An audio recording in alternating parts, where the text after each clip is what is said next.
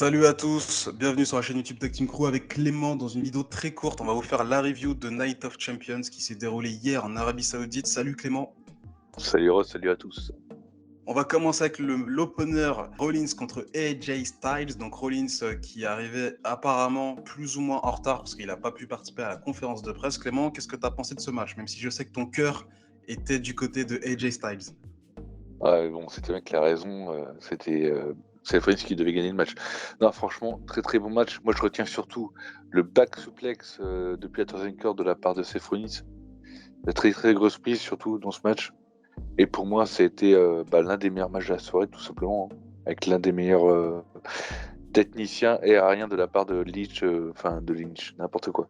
De la part de Rollins et de AJ Styles.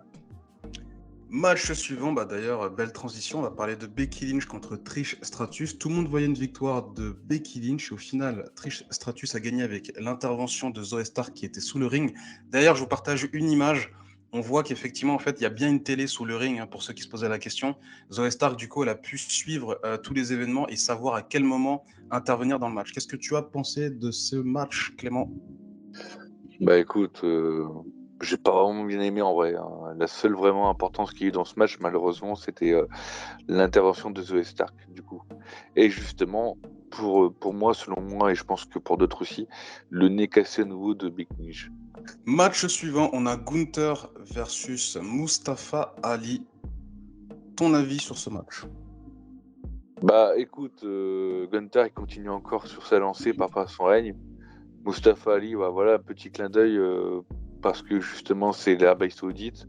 Donc du coup, bah, il a eu une opportunité au titre là-bas à Nato Champions. Mais en vrai, non, Gunther il a fait son match.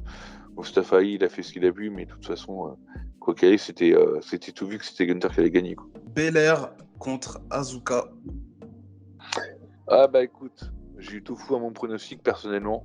Je pensais clairement que Bianca Belair allait gagner le match et que finalement c'était à SummerSlam qu'elle allait perdre et finalement non. C'est Asuka qui gagne le match et remporte le titre, hein. Rhea Ripley contre Natalia.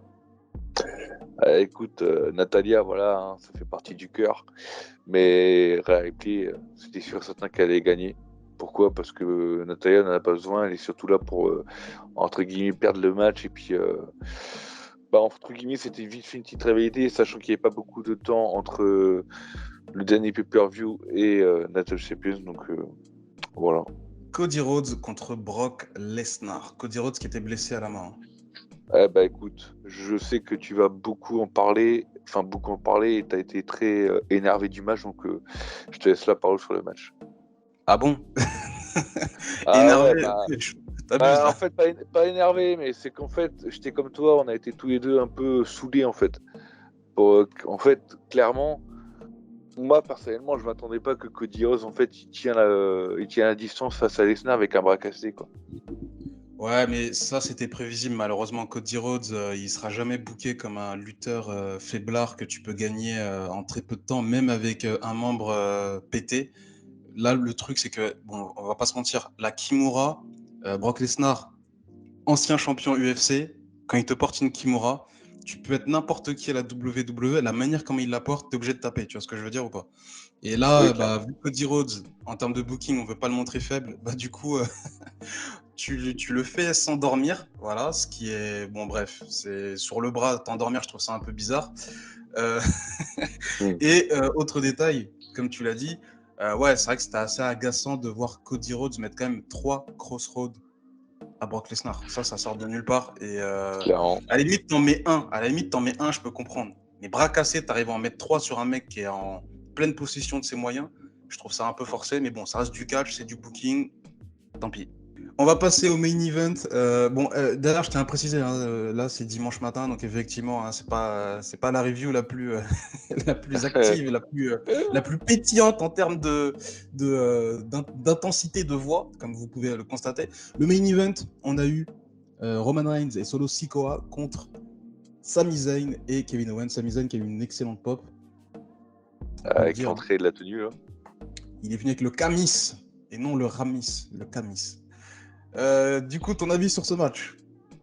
Bah écoute, déjà, moi ce que je retiens, c'est que déjà, en termes de pop, Sami Zayn, il a une très grosse pop, à savoir que du coup, c'est sa première apparition à Night of Champions, du coup, enfin, Ah, en Arabie Saoudite. oui, voilà, ouais, parce que Night of Champions, je pense qu'il en a déjà fait Ouais, avant. oui, oui. Mais c'était sa première apparition en Arabie Saoudite, du coup. Donc, du coup, très grosse pop qu'il a eu, et ça fait plaisir pour lui. Entre guillemets, pas pour hommage, bah écoute, on a eu des échanges de très bons coups. Et en fait, en vrai, moi, je préfère l'équipe de Roman Reigns et de Solo Sikoa, parce qu'on a eu beaucoup de matchs tag team avec les Usos contre Owens et Zayn, mais par contre, j'ai préféré Roman Reigns et Solo Sikoa. Ok. Après, c'est une différente version, hein, mais voilà. Après, moi, ce que je retiens, voilà, c'est l'intervention des Usos, tout simplement.